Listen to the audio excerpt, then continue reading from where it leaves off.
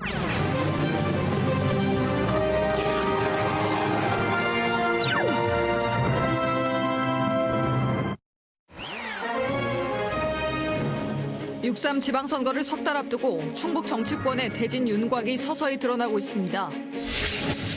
최근 잇따르는 선거 출마 주자들의 출판 기념회가 편법 정치자금 창구라는 비판이 계속되고 있습니다. 산불 예방을 위해 자치단체마다 농업 부산물을 태우지 말고 파쇄해 줄 것을 권고하고 있습니다.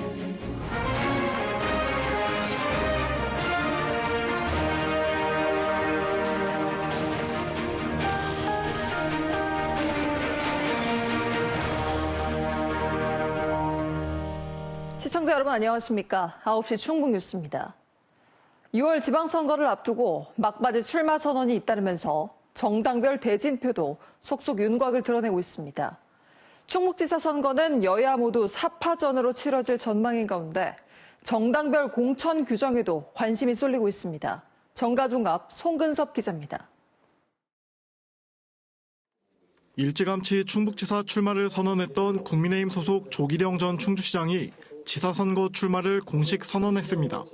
조 전 시장은 12년 시정 경험을 바탕으로 지역별 수건사업 해결에 힘써 3선 시장으로서의 역량을 균형 발전에 쏟겠다고 밝혔습니다.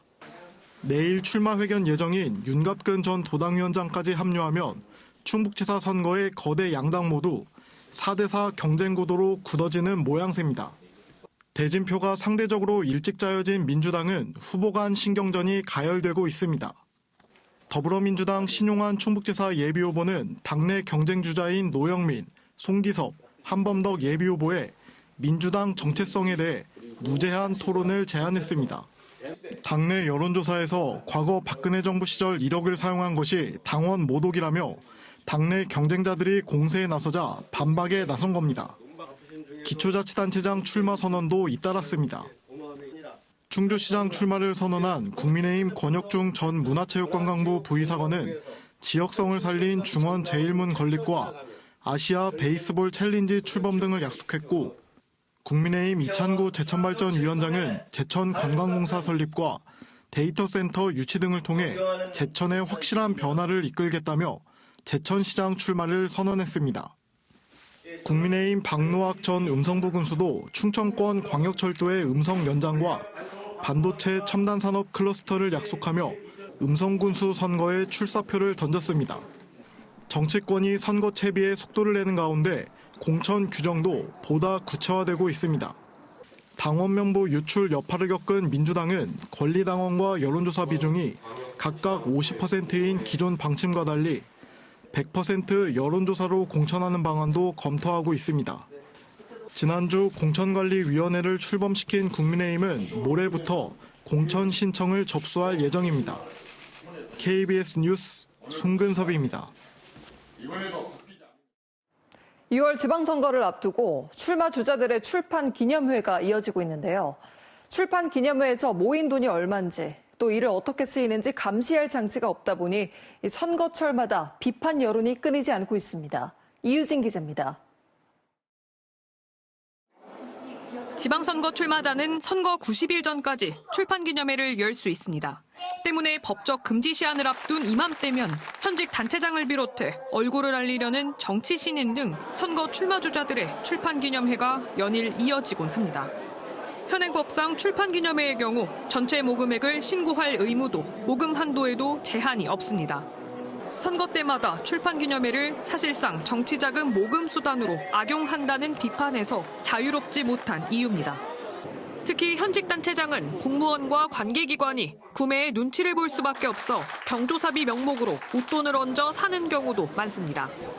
단체장이라는 지위와 권한 때문에 보이지 않는 압박을 낳을 수 있어서 현직 단체장의 출판 기념회는 매우 부적절하다고 생각을 합니다.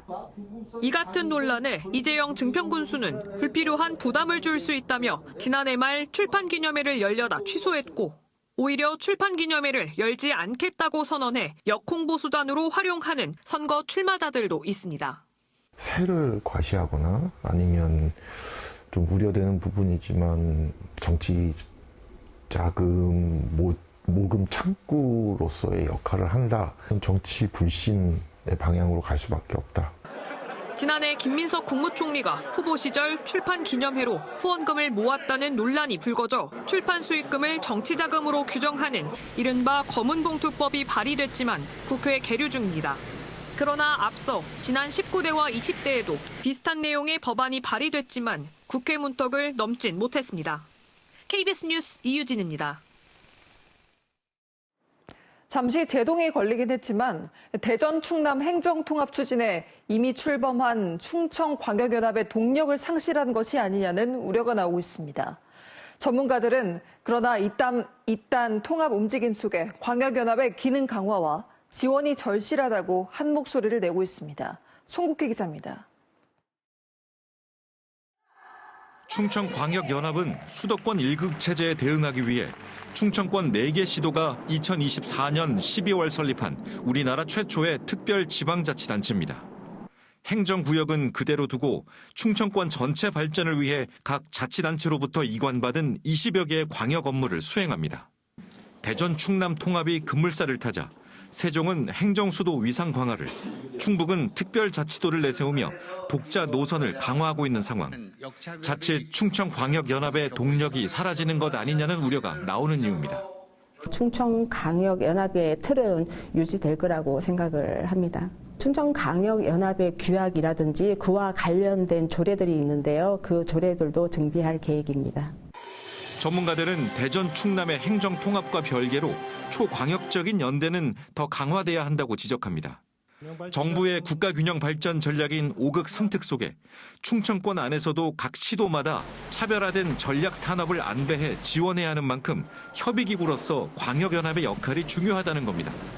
그러나 출범 1년을 맞은 광역연합의 광역사무는 각 시도 업무와 중복돼 역할 분담이 모호하고 유일하게 맡은 국가사무는 광역 간선 급행버스 구축뿐입니다.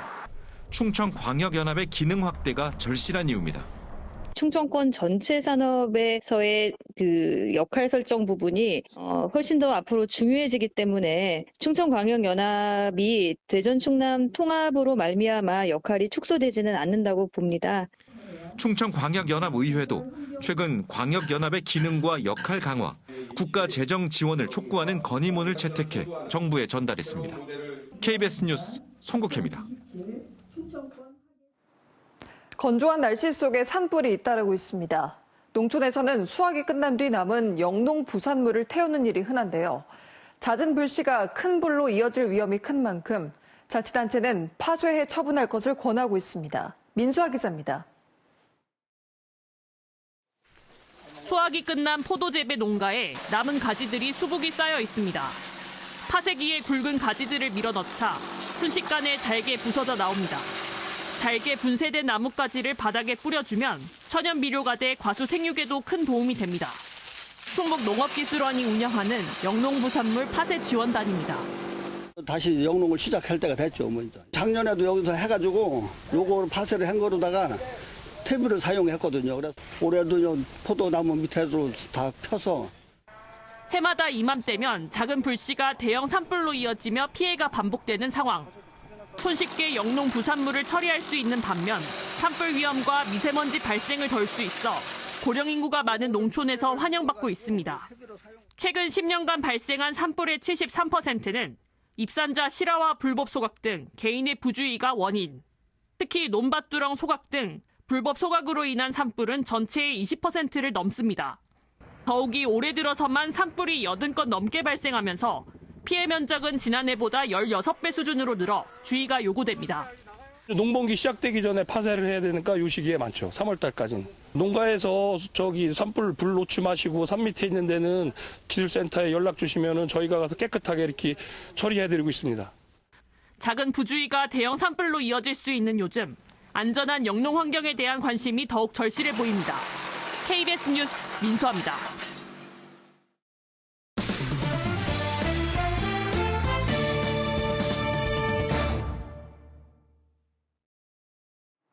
오늘 오전 7시쯤 청주시 남이면 석판리 3순환로에서 60대 A씨가 몰던 차량이 도로 중앙 분리대를 들이받았습니다. A씨는 사고가 나기 전 갑자기 의식을 잃고 쓰러진 것으로 알려졌습니다. 현장에 출동한 청주 흥덕경찰서 강서지구대 조성빈 경사는 창문을 깨 A씨를 차 밖으로 구조한 뒤 심폐소생술을 실시했습니다. 병원으로 옮겨진 A씨는 응급수술을 받고 치료 중인 것으로 알려졌습니다. 충북에서 최근 5년간 안전띠 미착용으로 인한 교통사고가 매년 50건 이상 발생한 것으로 집계됐습니다. 충북경찰청의 관련 통계 자료를 보면 안전띠 미착용으로 인한 교통사고는 2020년 65건, 2021년 66건, 2022년 58건, 2023년 57건, 2024년 54건으로 해마다 감소세를 보였지만 매년 50건 넘게 발생했습니다. 같은 기간 사망자는 2020년 3명, 2021년과 2022년 7명, 2023년 10명으로 증가세를 보이다가 2024년 1명으로 줄었습니다. 전좌석 안전띠 착용 의무화는 지난 2018년부터 시행됐습니다. 오송 참사 유가족과 생존자 협의회, 시민대책위원회는 오늘 보도자료를 내고 충청북도가 참사 손해배상 소송에 대응한다며 고액의 변호사 수임 계약을 했다면서 그 위선과 이중성을 규탄한다고 밝혔습니다. 이들은 충청북도가 진실규명과 책임자 처벌 대신 7,700만 원의 소송비를 편성해 승소 논리 개발에만 몰두하고 있다면서 이는 지역사회와 시민의 신뢰를 무너뜨리는 행위라고 주장했습니다. 또 법적 대응 비용을 책임 회피가 아니라 피해 치유와 안전한 사회 건설에 써야 할 것이라고 강조했습니다. 봄철 산불 예방을 위해서 충북 지역 국립공원도 오늘부터 다음 달 30일까지 탐방로 일부 출입이 통제됩니다. 통제 지역은 소백산 탐방로 7개 구간 51km, 월악산 3개 구간 16km, 송이산 13개 구간 67km로 국립공원공단 홈페이지에서 확인할 수 있습니다. 통제된 탐방로에 허가 없이 출입하면 최대 50만 원의 과태료가, 인화 물질을 소지하면 200만 원의 과태료가 부과됩니다. 충청북도 교육청이 올해 지방공무원 162명을 선발합니다. 직렬별로는 교육행정 100명, 시설관리 27명, 운전 16명 등입니다. 충북 뉴스를 마칩니다. 시청해주신 여러분 고맙습니다.